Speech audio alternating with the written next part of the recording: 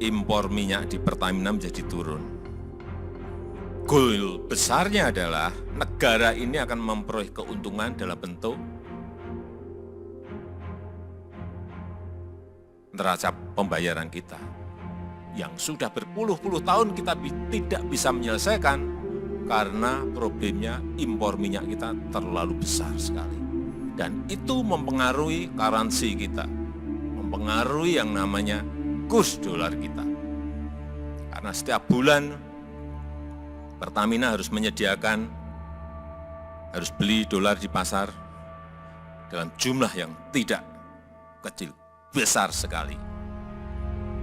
Negara tuh kita pengennya neraca transaksi berjalan kita baik, neraca perdagangan kita baik, impor gak banyak karena kita bisa produksi sendiri, karena kita punya industrinya, kita punya mesinnya, kita punya bahan bakunya.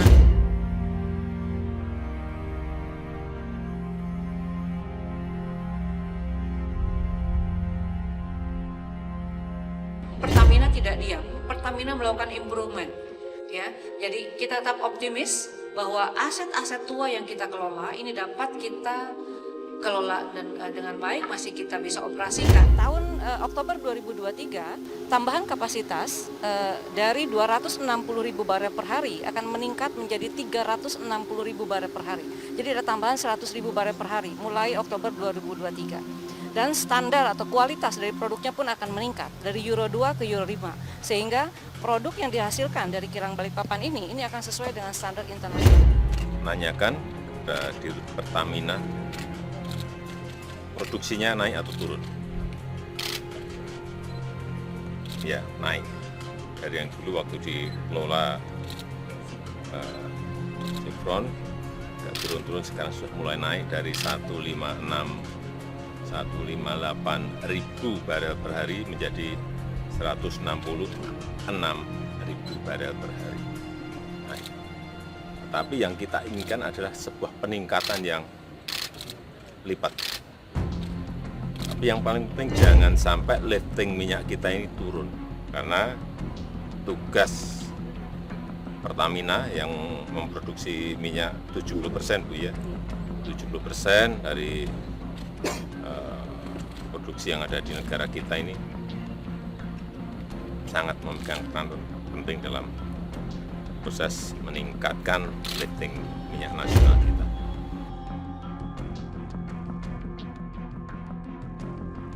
Impor migas adalah salah satu penyebab defisit transaksi berjalan yang cukup parah.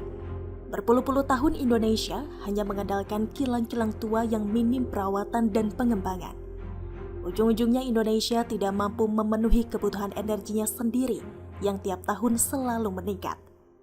Hal inilah yang membuat Presiden Jokowi geram dan bersikeras membangun serta mengembangkan kilang minyak Indonesia. Semangat Jokowi ini kemudian diteruskan oleh Pertamina. Jokowi ingin pemerintah membangun sejumlah kilang minyak baru yang tersebar di seluruh Indonesia. Kilang-kilang yang sudah ada juga didorong untuk terus dikembangkan. Saat ini Pertamina memiliki 6 fasilitas kilang minyak ditambah milik Tuban Petro menjadi 7. Jika ditotal, kapasitas kilang di Indonesia mencapai 1,15 juta barel per hari atau BPD. Kilang minyak terbesar di Indonesia adalah milik Refinery Unit 4 Cilacap milik Pertamina. Refinery Unit 4 Cilacap sendiri memiliki kapasitas produksi terbesar, yakni 348.000 barel per hari dan terlengkap fasilitasnya. Kilang ini bernilai strategis karena memasok 34% kebutuhan BBM nasional atau 60% kebutuhan BBM di Pulau Jawa. Selain itu, kilang ini merupakan satu-satunya kilang di tanah air saat ini yang memproduksi aspal dan base oil untuk kebutuhan pembangunan infrastruktur dalam negeri. Kilang di Pertamina Refinery Unit 4 Cilacap terdiri atas kilang minyak 1 dan 2. Kilang minyak 1 dibangun tahun 1974 dengan kapasitas semula 100.000 barel per hari. Kilang minyak 1 ini beroperasi sejak diresmikan Presiden Republik Indonesia pada tanggal 24 Agustus tahun 1976. Sejalan dengan peningkatan kebutuhan konsumen, tahun 1998-1999 ditingkatkan kapasitasnya melalui debottlenecking project sehingga menjadi 118.000 barel per hari. Kilang ini dirancang untuk memproses bahan baku minyak mentah dari Timur Tengah dengan maksud selain mendapatkan BBM, sekaligus untuk mendapatkan produk NBM atau bahan dasar minyak pelumas atau lube oil base dan aspal. Sedangkan kilang minyak 2 ini dibangun tahun 1981 dengan pertimbangan untuk memenuhi kebutuhan BBM dalam negeri yang terus meningkat.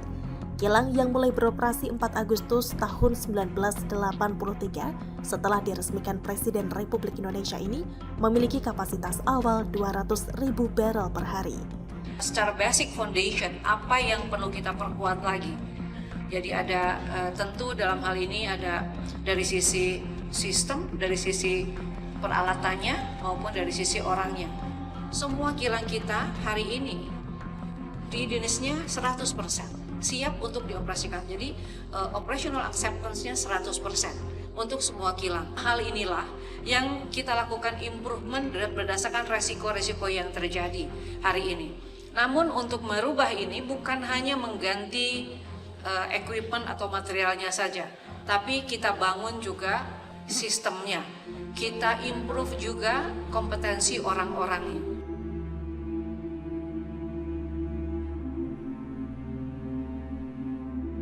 Sebagai kilang terbesar di Indonesia, Kilang Cilacap ingin menjadi kilang minyak dan petrokimia berkelas dunia pada tahun 2028. Sering tuntasnya pemeliharaan kilang 1 tahun 2023 selama 30 hari kalender, kilang terbesar dan paling strategis di Indonesia ini siap kembali tancap gas menghasilkan produk energi terbaik. Di sisi lain, PT Pertamina Persero memastikan biaya operasional kilang milik perusahaan lebih hemat dan mampu bersaing dengan sejumlah kilang milik perusahaan energi dunia di Asia Pasifik. Hal ini seiring dengan pembangunan dan perbaikan kilang yang dilakukan Pertamina yang dapat dibuktikan dengan biaya operasional kilang yang terus mengalami penurunan rata-rata sekitar 3,67 juta dolar Amerika Serikat per barrel, jauh lebih rendah dibandingkan dengan biaya operasional kilang di Singapura yang mencapai 7,81 dolar Amerika Serikat per barrel.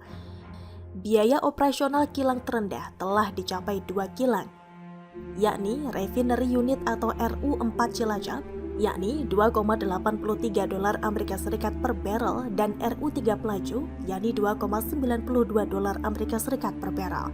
Penurunan operasional kilang diperoleh dari terobosan dan penghematan yang dilakukan Pertamina, terutama dalam pengadaan minyak mentah.